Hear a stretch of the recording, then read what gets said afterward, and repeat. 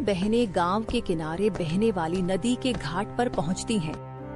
वहां दूसरे किनारे जाने के लिए बहुत सारे यात्रियों की भारी भीड़ जमा है। दीदी, यहाँ तो बहुत ज्यादा भीड़ है और अचानक मौसम भी कितना खराब हो गया है।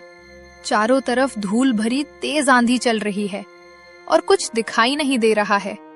मुझे बहुत डर लग रहा है। आरती, तुम घबराओ मत, मेरा हाथ कसकर पकड़ लो और भीड़ में मुझसे दूर मत होना। ये सिर्फ एक मामूली आंधी है, हम जल्दी ही यहाँ से निकल जाएंगे। दीदी, पीछे से लोग बहुत जोर जोर से धक्का दे रहे हैं। आंधी के कारण चारों तरफ धूल उड़ रही है और लोग अपनी जान बचाने के लिए इधर उधर भाग रहे हैं। दीदी, मेरा हाथ छूट रहा है। आरती, हिम्मत मत हारो, भीड़ में अपनी पकड़ ढीली मत होने देना। मैं तुम्हें खुद से अलग नहीं होने दूंगी, तुम बस मेरा हाथ थामे रखो। दीदी, पीछे से बहुत बड़ा रेला आया है, लोग चिल्ला रहे हैं। मेरा हाथ आपकी उंगलियों से फिसल रहा है। आरती, कसकर पकड़ो, भीड़ के बीच अपना संतुलन मत खोना, मैं तुम्हारे बिल्कुल पास हूँ। तभी अचानक आंधी और कोहरा बहुत ज्यादा बढ़ जाता है और यात्रियों की भारी भगदड़ मच जाती है। उस तेज धक्का मुक्की में आरती का हाथ राधा के हाथ से पूरी तरह छूट जाता है और दोनों भीड़ में अलग अलग दिशा में चली जाती हैं। राधा, आरती तुम कहाँ हो? मेरा हाथ मत छोड़ना आरती, कोई मेरी बहन को ढूंढो, वह इस भीड़ में कहीं खो गई है। दीदी, आप कहाँ चली गई? मुझे रास्ता नहीं मिल रहा है। चारों तरफ बहुत अंधेरा और धूल है, मुझे बचाइए दीदी। आरती, अपनी आवाज दो और मुझे देखो, मैं घाट के इस कोने पर खड़ी हूँ, भीड़ से बाहर निकलने की कोशिश करो। दीदी, यहाँ बहुत सारे लोग हैं, मुझे आपकी आवाज बहुत दूर से आती हुई लग रही है। दीदी, मुझे अपने पास बुला लो। कुछ समय बाद तूफान शांत हो जाता है और भीड़ भी कम हो जाती है। राधा पूरे घाट पर अकेले खड़े होकर चारों तरफ अपनी बहन को ढूंढने लगती है। हे भगवान, इस भयानक आंधी और भगदड़ में मेरी छोटी बहन आरती मुझसे हमेशा के लिए बिछड़ गई। मैं पूरे घाट पर देख आई, लेकिन वो मुझे कहीं नहीं मिली। अब मैं इस दुनिया में अकेली किसके लिए जीऊंगी? दीदी, आप कहाँ हो? मैं चलते चलते बहुत दूर चली आई हूँ और रास्ता भटक गई हूँ। आरती, तुम कहाँ चली गई? मुझे छोड़कर मत जाओ। मैंने पापा से वादा किया था कि मैं हमेशा तुम्हारा ख्याल रखूंगी, लेकिन मैं तुम्हें संभाल नहीं पाई। दीदी, मुझे बहुत डर लग रहा है। इस अनजान जगह पर मेरा कोई नहीं है। अब रोने से कुछ नहीं होगा। मेरी आरती इस अनजान रास्ते पर मुझसे बहुत दूर जा चुकी है, अब उसे इस भीड़ में ढूंढना नामुमकिन है। राधा को लगता है कि आरती अब उसे कभी नहीं मिलेगी और वह हमेशा के लिए खो चुकी है। वह सोने के सिक्कों की पोटली को अपने सीने से लगा लेती है और रोते हुए एक अनजान शहर की तरफ पैदल ही चल पड़ती है। उधर नदी के एक दूसरे सुनसान घाट के किनारे पर गंगा जी में तीर्थ करने आए एक पति पत्नी पूजा करके बाहर निकल रहे हैं। तभी पत्नी की नजर रास्ते के कोने पर रोती हुई छोटी बच्ची आरती पर पड़ती है, जो रास्ता भटककर वहां पहुंच गई थी। अजी सुनिए, जरा इधर तो देखिए। पानी के किनारे एक छोटी सी बच्ची बहुत रो रही है और अकेली भी है। अरे सचमुच, ये बच्ची यहाँ इस तूफान में कैसे आ गई? रुको, मैं इसके चेहरे पर थोड़ा पानी छिड़कता हूँ।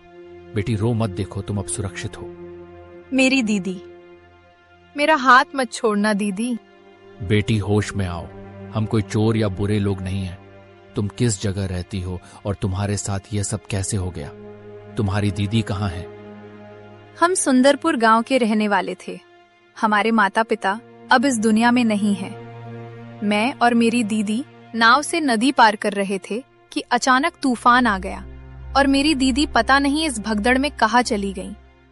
ओहो, बेचारी बच्ची के सिर से तो माता पिता का साया पहले ही उठ चुका था और अब इसकी दीदी भी इसे छोड़कर चली गई। अजी, अब इस अनाथ बच्ची का इस दुनिया में कौन होगा? तुम सही कह रही हो, भगवान ने शायद इसे हमारे लिए ही यहाँ भेजा है। बेटी, तुम हमारे साथ हमारे घर चलो, हम ही आज से तुम्हारे माता पिता हैं और तुम्हारा पालन पोषण करेंगे। आप दोनों बहुत भले हैं। मैं आपके घर का सारा काम कर दूंगी, झाड़ू पोछा भी कर दूंगी। बस मुझे अपने साथ रख लीजिए। नहीं बेटी, तुम्हें हमारे घर का कोई काम करने की जरूरत नहीं है। हमारे भी बच्चे हैं, तुम उन्हीं की तरह रहोगी और खूब पढ़ाई लिखाई करोगी। मेरी बड़ी दीदी की भी यही इच्छा थी कि मैं बहुत पढ़ूं और लिखूं। मैं उनकी इच्छा जरूर पूरी करूंगी। वह कपल आरती को अपने घर ले जाते हैं और देखते ही देखते 10 साल बीत जाते हैं और पढ़ा लिखा कर पुलिस ऑफिसर बनाते हैं। दूसरी तरफ कई साल बीत जाते हैं और एक नई लेडीज पुलिस ऑफिसर की गाड़ी रामनगर थाने के सामने आकर रुकती है। जय Hind madam. Ramnagar police station में आपका स्वागत है। आपकी ईमानदारी और बहादुरी के किस्से हमने पहले ही सुन रखे हैं। आज से आप इस इलाके की नई इंचार्ज हैं। धन्यवाद विजय। मेरे लिए ड्यूटी सबसे पहले है और कानून व्यवस्था को बनाए रखना मेरा कर्तव्य है। इस शहर में किसी भी गरीब के साथ कोई अन्याय नहीं होना चाहिए। मैडम, मुझे बहुत गर्व है कि आप जैसी सख्त अफसर हमारे थाने में आई हैं। चलिए, मैं आपको आपके केबिन की फाइलें दिखा देता हूँ। हाँ विजय, हमें इस शहर से हर एक अपराधी का खात्मा करना है। तुम सारी पेंडिंग फाइलें मेरे कैबिन में लेकर आओ। उधर 10 साल पहले उस तूफान की भगदड़ में बची बड़ी बहन राधा रोते हुए एक नए शहर रामनगर में कदम रखती है। वह अपने हाथ में थामी हुई पैसों की पोटली को देखती है और मन ही मन फैसला करती है। मेरी छोटी बहन आरती तो मुझे छोड़कर चली गई। अब मैं रोकर अपनी जान नहीं दे सकती। पापा ने मुझे हिम्मत रखने को कहा था। मेरे हाथ में जो ये जेवरात और पैसे बचे हैं, क्यों ना मैं इन्हीं पैसों से इस शहर में एक छोटी सी खाने की दुकान खोल लूं। कम से कम मेरा गुजारा तो हो जाएगा। मैं इस दुकान में वही पकवान बनाऊंगी जो मेरी आरती को बहुत पसंद थे। इसी बहाने उसकी यादें भी मेरे साथ हमेशा जिंदा रहेंगी। राधा उन्हीं पैसों से रामनगर में एक छोटी सी दुकान खोल लेती है। देखते ही देखते उसकी दुकान के पकवान पूरे शहर में मशहूर हो जाते हैं और लोग दूर दूर से खाने आने लगते हैं। राधा बहन, आपका बनाया हुआ यह स्वादिष्ट पकवान पूरे रामनगर में सबसे मशहूर है। लोग इसके स्वाद के दीवाने हो गए हैं, तभी तो आपकी दुकान पर इतनी भीड़ रहती है। श्याम भाई, ये पकवान तो मैं सिर्फ अपनी बहन की याद में बनाती हूँ। भगवान की कृपा है कि लोगों को इसका स्वाद पसंद आ रहा है और मेरा गुजारा भी अच्छे से चल रहा है। कुछ दिनों बाद उस इलाके के शातिर चोर राधा की दुकान पर नजर रखते हैं और उसी रात के समय 3 शातिर चोर रामनगर बाजार की एक दुकान के पास आते हैं और दुकान का ताला तोड़कर तिजोरी का सारा माल निकाल कर ले जाते हैं। लड़कों, इस दुकान की मालकिन हर दिन बहुत अच्छी कमाई करती है। उसने अपनी दुकान के अंदर ही अपनी सारी जमा पूंजी छुपा कर रखी है। जल्दी से ताला तोड़ो। बॉस, ताला टूट गया है। चलिए जल्दी से अंदर चलते हैं और तिजोरी का सारा माल साफ करते हैं। सारा कीमती सामान समेटो और यहां से तुरंत रफू चक्कर हो जाओ। सुबह होने से पहले हमें शहर से बाहर निकलना है।